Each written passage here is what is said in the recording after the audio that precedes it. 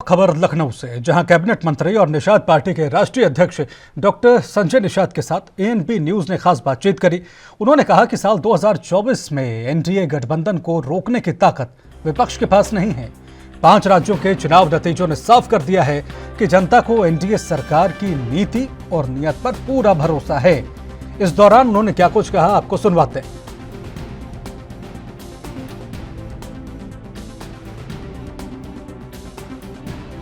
19 दिसंबर को फिर एक बार विपक्ष के गठबंधन की बैठक होने जा रही है और ये माना जा रहा है कि इस बैठक में तमाम गिले शिकवे जो विपक्षी पार्टियों की जो हैं उनसे कहीं ना कहीं दूर करने का काम किया जाए। हमारे साथ बातचीत करने के लिए खुद उत्तर प्रदेश सरकार में मंत्री हैं संजय निषाद जी। सर, क्या मानते हैं, एक बार फिर विपक्षी की बैठक होने जा रही है और तमाम खींचतान के बाद अब ये माना जा रहा है कि जो बैठक होगी, क्योंकि इससे पहले की जो बैठक थी उसमें तमाम नेता इनसे दूर रहे थे। अखिलेश यादव भी इस बैठक में नहीं आए थे, ऐसे तमाम नेता थे जो अलग अलग दलों से वो नहीं आए थे। एक बार क्या बैठक में माना जा रहा है कि गिले शिकवे दूर किए जाएंगे इस बार? देखिए, बहुत पहले मैं कह चुका हूँ, ये भटूरे जोगी मठ उजाड़ हैं। ये दल तो एक दिख जाते हैं दिल के अंदर नहीं, चूंकि कांग्रेस के विरोध में ही सारी दल बने थे और कांग्रेस की गलत नीतियों और उनके उदासीन रवैये, भेदभाव के वजह से, सारी षड्यंत्रकारी नीतियों की वजह से सदल बने। तो फोटो तो खिंचाने से कुछ नहीं होता, एक दूसरे के उनके जो वोटर और कार्यकर्ता हैं वो उनके साथ नहीं है।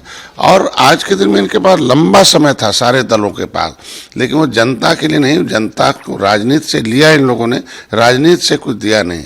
आज मोदी जी, योगी जी, हम लोग 39 पार्टियों का एक ही उद्देश्य है कि जनता की सरकार है, जनता के द्वार हो। उनकी जो जन कल्याणकारी नीतियां हैं, तलबा और अर्थव्यवस्था को हम लोग सुदृढ़ करें।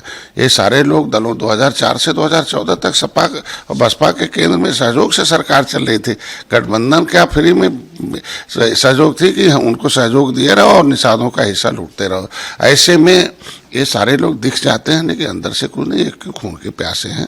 और यूपीए कुछ है नहीं, यूपीए जो है इंडिया कुछ है नहीं, यूपीए का एक कब्रिस्तान है। उनके जितने भ्रष्टाचार के फरिश्ते थे उसको दफन करने का। क्या मानना है कि सर इन लोग की दूरियां खत्म होंगी? और क्या अखिलेश यादव ने हाल में ही प्रेस कॉन्फ्रेंस की, उन्होंने कहा था कि कांग्रेस को समझना चाहिए, दूसरे दल के नेताओं को भी समझना चाहिए? नहीं, देखिए, अब ये लोग एक साबित करते हैं कि हम मोदी के सामने अकेले कुछ नहीं कर सकते। एक तरीके जितनी बैठक करते हैं वो आज के दिन में सर्टिफाइड करते हैं कि मोदी के सामने हम लोग अकेले नहीं खड़ा हैं। और ये दल इसलिए इकट्ठा हो रहे हैं कि इन लोगों ने इस देश के संविधान के मुताबिक अपने अपने इर्द गिर्द रहने वालों को और अपनी जातियों को मजबूत किया। अब वो उनको चिंता सताता है कि इन लोगों ने जितना कुछ धोखेबाजी किया है वो बाद में खुल जाएगा अगर हम लोग सत्ता से दूर रहें।